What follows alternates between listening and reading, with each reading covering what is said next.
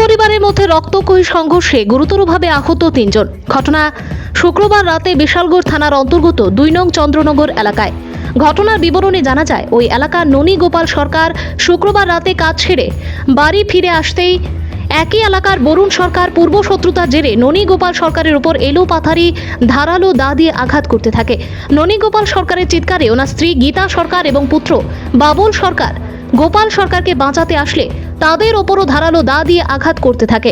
পরে অবস্থার বেগতিক দেখতে পেয়ে বরুণ সরকার পালিয়ে যেতে সক্ষম হয়। পরে ঘটনার প্রত্যক্ষদর্শীরা বিশালগড় অগ্নি নির্বাপক দপ্তরের কর্মীদের খবর পাঠায়। খবর পেয়ে অগ্নি নির্বাপক দপ্তরের কর্মীরা ঘটনাস্থলে দ্রুত ছুটে গিয়ে গুরুতর আহত অবস্থায় উদ্ধার করে বিশালগড় মহকুমা হাসপাতালে নিয়ে আসে। এই ঘটনার খবর পেয়ে বিশালগড় থানার পুলিশ এবং এলাকার বিধায়ক সুশান্ত দেব হাসপাতালে ছুটে যায়।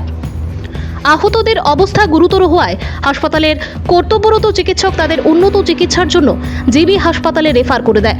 এই ব্যাপারে বিশালগড় থানার পুলিশ দুষ্কৃতিকারী বরুণ সরকারের বিরুদ্ধে নির্দিষ্ট ধারায় মামলা হাতে নিয়ে অভিযুক্ত বরুণ সরকারকে গ্রেপ্তার করতে জাল বিস্তার করেছে।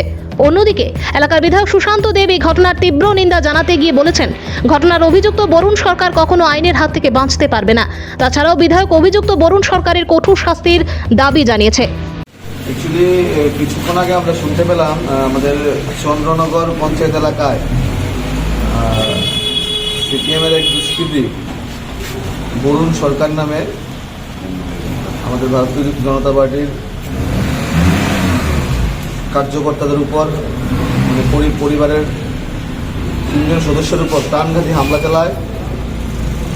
দায়ের কূপে গুরুতর আহত হয়। খবর পেয়ে তৎক্ষণাৎ আমরা বিশালগড় মহকুমা হাসপাতালে আসি এবং খবর নেওয়ার চেষ্টা করছি বিষয়টা কী হয়েছে, এবং পুলিশ প্রশাসনের সঙ্গে কথা হয়েছে। আগামী দিনে এই দুষ্কৃতিকারীদেরকে কঠোরভাবে দমন করা হবে। আমরা দেখছি বিষয়টা কী হয়েছে, আমরা কথা বলে। ঘটনার সূত্রপাত কী থেকে জানা গেছে কিছু? অ্যাকচুয়ালি ঘটনার সূত্রপাত তো এখন আমি জানতে পারিনি, কিন্তু যতটুকু শুনতে পেলাম বরুণ সরকার সিপিএমের সময় থেকেই দাগি দুষ্কৃতী, ও বরাবরই এরকম অনেক ঘটনা করেছে। তো হয়তোবা এটা কোনো কী বিষয় হচ্ছে, এটা আমরা পরবর্তী সময় জেনে দেখব। কজন কি নাম, বাড়ি কোনখানে? বাড়ি আমরা বাড়ির লোক কোনখানে বাড়ি? এক নম্বর নগর। কি কারণে মারধর করছে?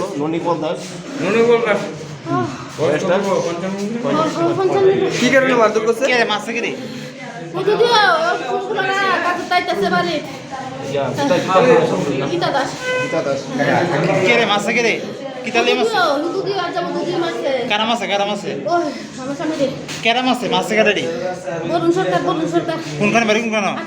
আপনার স্বামীর নাম কি? আপনার স্বামীর নাম কি? আপনার স্বামীর নাম কি? মানে আপনার পরিবারে কার কার আছে? চন্দ্রনগর একটা কল আসলো, এখানে গন্ডগোল হয়েছে, কুপাকুপি হয়েছে। খবর পাইয়া গেলাম, যাওয়ার পরে আমরা কেজিবিটি নিয়ে আসলাম। কতজন আসতো এখানে ইনজুর? এখানে 3 জনই ইনজুর্ড ছিল। কি নাম তাদের? একজনের নাম হলো ননী গোপাল দাস, বয়স আনুমানিক 55। আরেকজন গীতা দাস, বয়স 45।